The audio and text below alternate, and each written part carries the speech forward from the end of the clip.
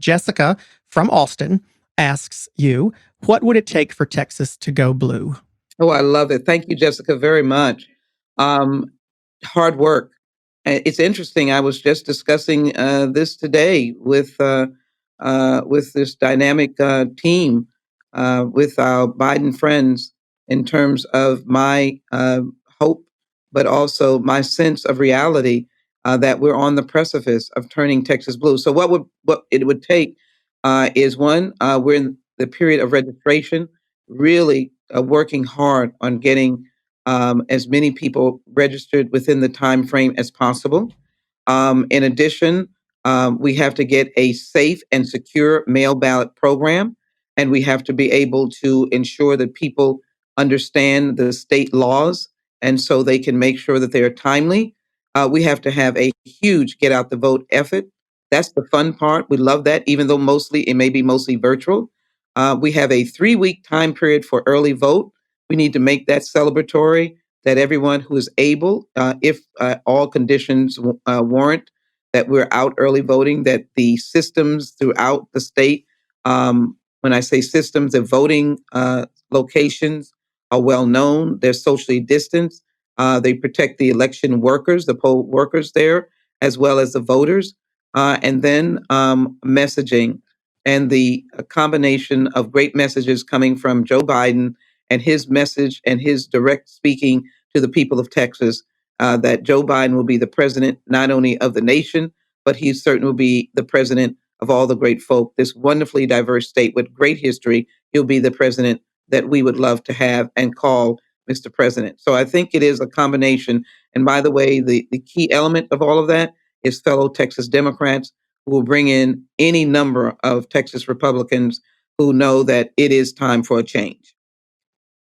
Okay, Brianna from Katy, which I am assuming is Katy, Texas. Yes, it is. Quite a few Texans have written in for you this week. Brianna asks, why does President Trump like to boast about lowering African American unemployment? That's a strike. That's a very good question as well. And let me just say that I have been in the Congress uh, during the debacle of about 2007.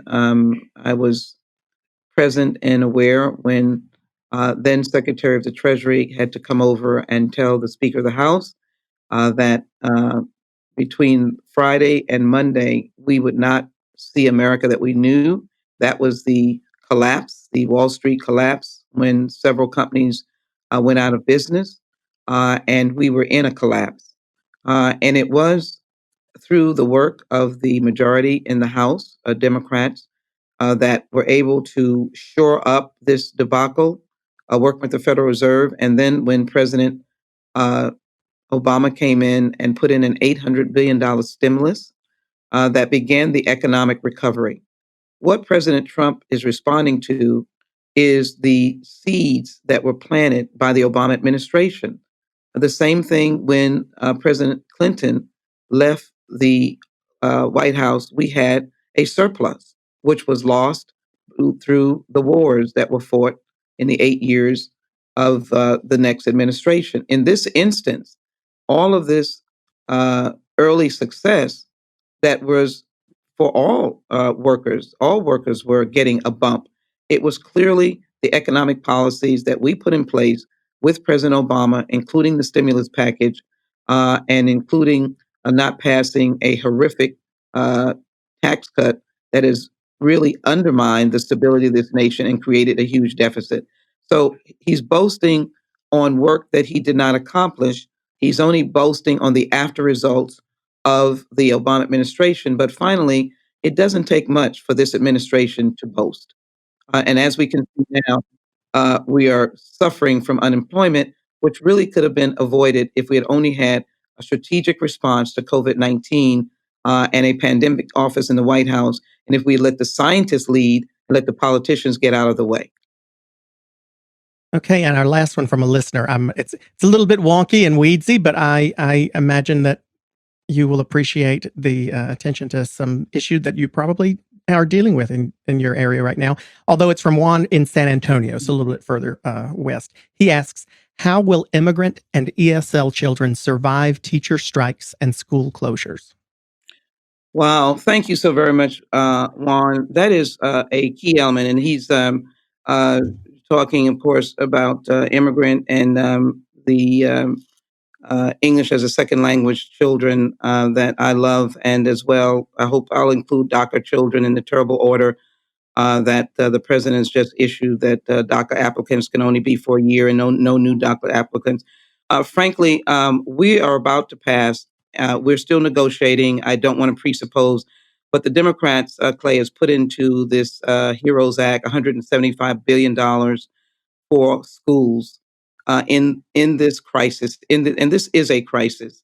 That $175 billion should be used for any number of things: temporary buildings, air conditioned tents, and if you have to put children so you have social distance to protect teachers. It can also and should be used to be able to help children with special challenges. The English classes should continue, and if funding is needed because the classes are smaller, they can use these COVID-19 dollars. In addition, I know that most school districts, I don't know any school district in the state of Texas that asks what you are: immigrant, non-immigrant, documented, non-documented.